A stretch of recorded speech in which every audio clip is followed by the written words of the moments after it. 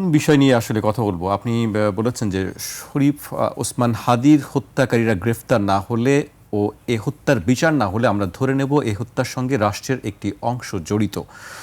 আপনি আরও লিখেছেন, বিপ্লবের শর্ত কি আমরা পূরণ করতে পারছি? আমরা কি শহীদদের হৃদয়ের কথা বুঝতে পারছি? যেখানে আমাদের অভীষ্ট ছিল ফ্যাসিবাদী কাঠামোর বিলোপ, শহীদদের বিচার নিশ্চিত, সেখানে নিজেদের ক্ষমতা ভাগাভাগি নিয়ে বিভাজনের দিকে ক্রমশ অগ্রসর হচ্ছি। ওসমান হাদি হত্যাকাণ্ড সম্পর্কে আপনি বলেছেন যে রাষ্ট্রের একটি অংশ জড়িত যদি এটির সঙ্গে কোনো হত্যার বিচার না হয়, যদি অপরাধীরা ধরা না পড়ে। কেন আপনার কাছে মনে হয় যে রাষ্ট্রের একটি অংশ এটার সঙ্গে জড়িত? শহীদ ওসমান হাদি আমাদের সহযোদ্ধা। ওসমান হাদির সাথে আমার অনেক স্মৃতি আছে। ওসমান হাদি যে ডিপার্টমেন্টে পড়াশোনা করেছে, আমিও একই ডিপার্টমেন্টে পড়াশোনা করেছি। এবং ওসমান হাদি যখন ইনকিলাব মঞ্চ গঠন করে, ইনকিলাব মঞ্চ গঠনের পরে যতগুলো কর্মসূচি হয়েছে সকল কর্মসূচিগুলো আমরা একসাথে আলাপ করতাম। এবং আমরা যখন নির্বাচন করছিলাম আমাদের জোটের নাম কি হবে, সেই জোটের নামটাও কিন্তু ওসমান হাদি আমাদেরকে সাজেস্ট করেছিল। এবং পুরো সময় জুড়ে আমাদের একজন মেন্টরের মতো ছিল, বড় ভাইয়ের মতো। তো ওসমান হাদিকে আমরা দেখেছি কিভাবে তিনি আগ্রাসনের বিরুদ্ধে কথা বলেছেন, কিভাবে তিনি ইনসাফের পক্ষে কথা বলেছেন, কিভাবে তিনি এস্টাবলিশমেন্টের বিরুদ্ধে কথা বলেছেন, যে কোনো অন্যায় জুলুমের বিরুদ্ধে তিনি কথা বলেছেন। তো ওসমান হাদিকে যখন গুলি করা হলো, গুলি পরবর্তীতে আমরা দেখতে পেলাম গুলির পরে মুহূর্তের মধ্যেই যে শুটাররা, তারা দেশের মধ্যে আইন আছে, দেশের মধ্যে এখানে আমাদের এখানে পুলিশ আছে, র্যাব আছে, আইন শৃঙ্খলা বাহিনী আছে, এই সকল কিছু ফাঁকি দিয়ে ভারতে চলে গেল। তো এটা তো অবশ্যই এখানে রাষ্ট্র, এটা বোঝাই যাচ্ছে, এটা একটা শিশু বুঝতে পারে।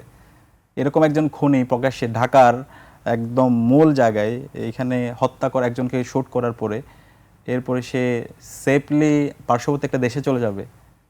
তো অবশ্যই এখানে রাষ্ট্রের একটা অংশ জড়িত আছে।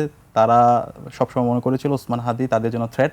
ওসমান হাদি সকল অন্যায়, অসত্য, সকল ধরনের সিন্ডিকেট, এ সকল কথা সে জনগণের ভাষায় সে বলতে পারে।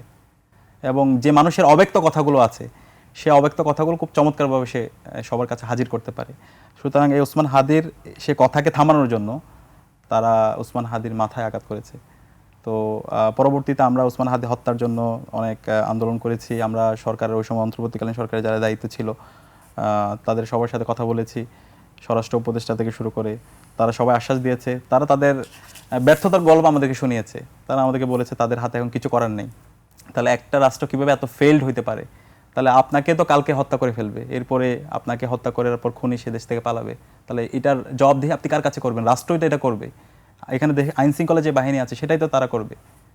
তো আলটিমেটলি এখন আসলে সেই অবস্থা কি? তার বিচারের অগ্রগতি বা আপনাদের সেই চাপটা কতটুকু আছে? আমরা তো বিচারের জন্য তখন অন্তর্বর্তীকালীন সরকার, তাদের কাছে আমরা বারবার গিয়েছি, আন্দোলন করেছি এবং তারা আমাদেরকে আশ্বাস দিয়েছে। এবং বর্তমানে আমরা নতুন সরকার আসার পরে দেখতে পাচ্ছি ওসমান হাদি হত্যার যারা শুটার তারা ভারতে অ্যারেস্ট হয়েছে, কিন্তু তাদেরকে এখন পর্যন্ত দেশে নিয়ে আসার জন্য যে অগ্রগতি, সেই কার্যকর অগ্রগতি আমরা এখন পর্যন্ত দেখতে পাচ্ছি না। আমাদের কাছে মনে হচ্ছে বর্তমান সরকারও হাদির হত্যার বিচারের ব্যাপারে তত বেশি সিরিয়াস না।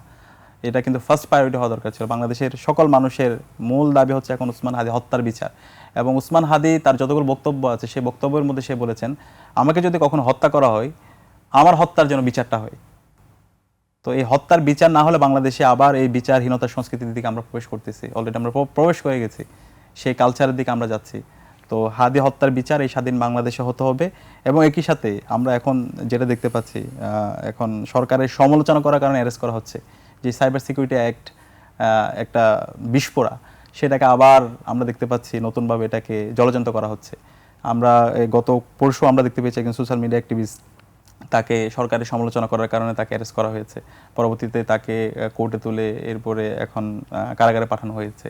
এবং গত 22 দিনে মোট 5 জনকে অ্যারেস্ট করা হয়েছে শুধুমাত্র সরকারের সমালোচনা করার কারণে।